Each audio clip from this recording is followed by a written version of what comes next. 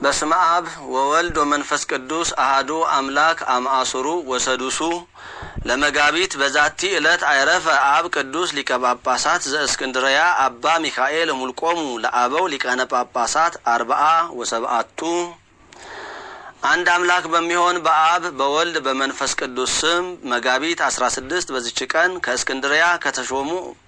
በእስክንድርያ ከተሾሙ አባቶች ሊቃነ ጳጳሳት 47ኛ የሆነ የእስክንድርያ ሊቀ ጳጳሳት የከበረ አባት አባ ሚካኤል አረፈ።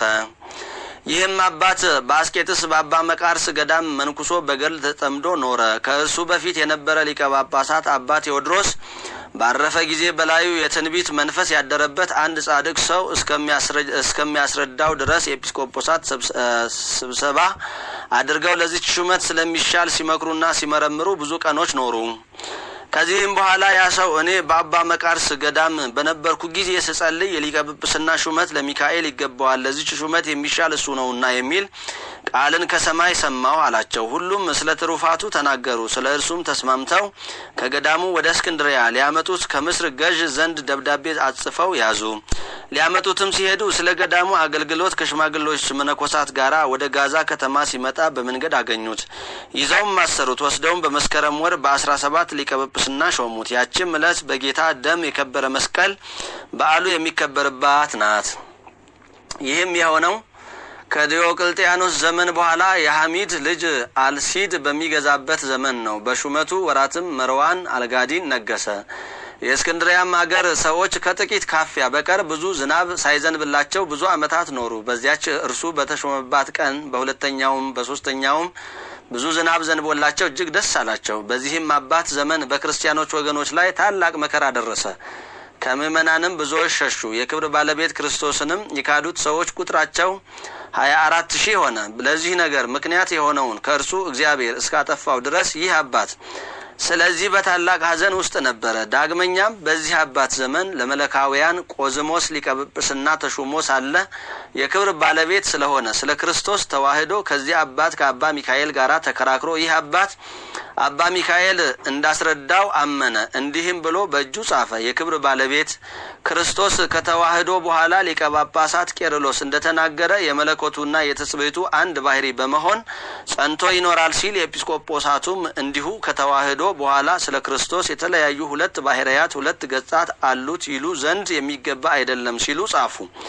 ሐዋርያትን በሰበሰቧት በከበረች በአንዲት ቤተ ክርስቲያን ውስጥ በአንድነት ጸንተው ሊኖሩ ተስማሙ። ከዚህም በኋላ ከእስክንድርያ ሰዎች መለካዊ የሆነ ስሙ አንስጣሴዎስ የሚባል ሰው በላያቸው ጥፋትን አመጣ። እርሱ ኤጲስቆጶስነት እንዲሾሙት ሽቶ አልሾሙትምና፣ ስለዚህ ወደ እስላሞች ንጉሥ ሂዶ በአባ ሚካኤል ነገር ሰራበት። ከአመፀኞች ነገስታትም ብዙ መከራ ደረሰበት። ጽኑ የሆነ ስቃይም አሰቃዩት። ብዙ ግርፋትም ገርፈው ለረጅም ጊዜ በእግር ብረት አሰሩት።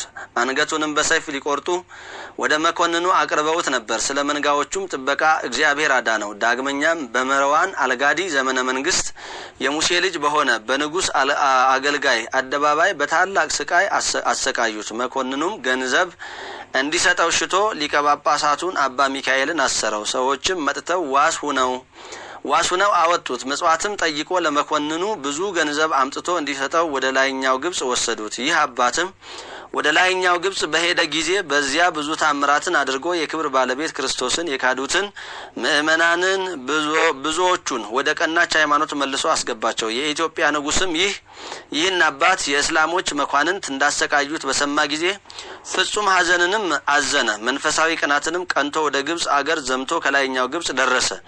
ከእርሱ ጋርም 100,000 ፈረሰኞች አርበኞች፣ 100,000 በበቅሎ የተቀመጡ አሁንም በግመል የተቀመጡ 100,000 አርበኞች ወታደሮች ነበሩ። ብዙ አገሮችንም አጠፉ፣ ብዙዎችንም ማረካቸው። የግብጽ ንጉስም ይህ ሁሉ የሆነው ስለ ሊቀ ጳጳሳቱ ስለ አባ ሚካኤል እንደሆነ አውቆ ከእስራቱ ፈጥኖ ፈታው፣ ታላቅ ክብርንም አከበረው። እንዲሁም የክርስቲያንን ወገኖች ሁሉ እጅግ አከበራቸው። ከዚህም በኋላ ለኢትዮጵያ ንጉስ ደብዳቤ ጽፎ ይልክ ዘንድ ወደ አገሩም እንዲመለስ ያዘዘው ዘንድ የግብጽ ንጉስ ይህን አባት አባ ሚካኤልን ለመነው።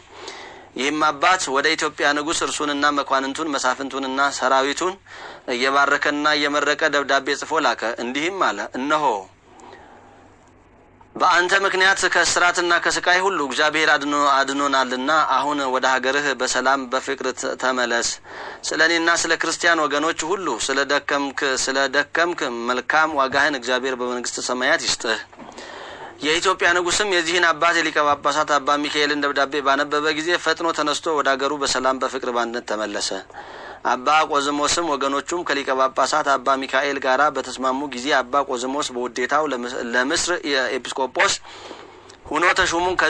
ከዚህ አባት ከአባ ሚካኤል ስልጣን በታች ሆነ።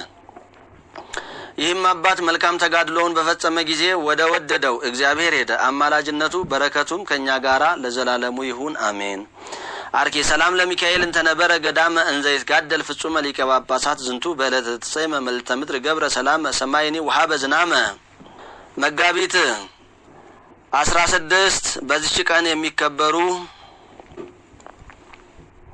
ዓመታዊ የቅዱሳን በዓላት ቅዱስ አባ ሚካኤል ሊቀ ጳጳሳት። ወርሃዊ በዓላት ኪዳነ ምሕረት የሰባቱ ኪዳናት ማይተም፣ ቅድስት ኤልሳቤጥ የመጥምቁ ዮሐንስ እናት፣ ቅዱስ ገብረ ማርያም ጻድቅ ንጉሰ ኢትዮጵያ የቅዱስ ላሊበላ ወንድም፣ ቅዱስ አኖሬዎስ ንጉስ ጻድቅ፣ አባ አቡናፍር ገዳማዊ፣ አባ ዮሐንስ ወንጌሉ ዘወርቅ፣ አባ ዳንኤል ጻድቅ።